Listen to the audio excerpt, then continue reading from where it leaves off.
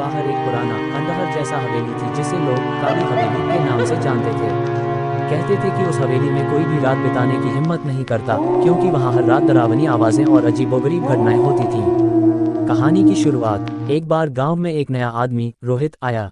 वह साहसी था और अंधविश्वास में यकीन नहीं करता था। उसने गांव वालों की बातें सुनी और हंसते हुए कहा, मैं आज रात उस हवेली में रहूंगा और देखूंगा कि वहां क्या सच में भूत है। गांव वाले उसे मना करते रहे, लेकिन रोहित नहीं माना। रात का अनुभव। रात को रोहित एक लालटेन लेकर हवेली में पहुंचा। हवेली का दरवाजा खुद ब खुद चरमराते हुए खुल गया।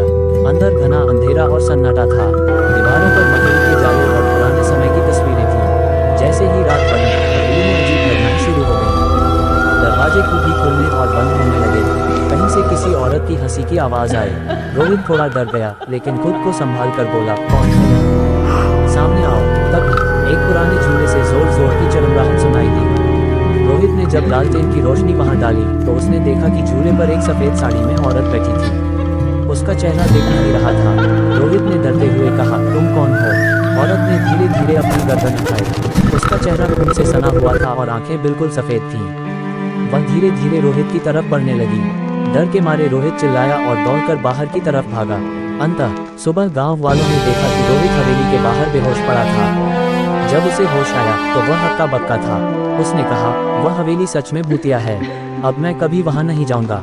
उस दिन के बाद किसी ने उस हवेली में जाने की हिम्मत नहीं की। सबक। कभी कभी कहानियों के पीछे सच छुपा होता है।